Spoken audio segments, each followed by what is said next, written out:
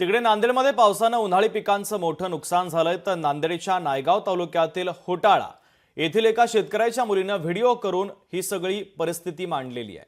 हा व्हिडिओ आमदार राजेश पवार यांनी पाहिल्यानंतर प्रशासनातील अधिकाऱ्यांना सोबत घेत त्यांनी होटाळा गाव गाठलं। चिमुकलीने आमदारांसमोर पावसामुळे शेतात पेरलेल्या भुईमुग शेंगांना मोड आल्यामुळे संपूर्ण भुईमुग नष्ट झाल्याची कैफियत मांडली। यानंतर आमदार राजेश पवार यांनी या परिसरातील नुकसानग्रस्त शेतकऱ्यांचे पंचनामे करण्याचे आदेश संबंधित प्रशासनाला दिलेले आहेत। फूक मारून जा लाडून टाकला हिंग बघा पावसामुळे आमचा एवढा नुकसान झालाय। हिंग बघा मोड फुटले ता हिंग बघा झाडून टाकल्या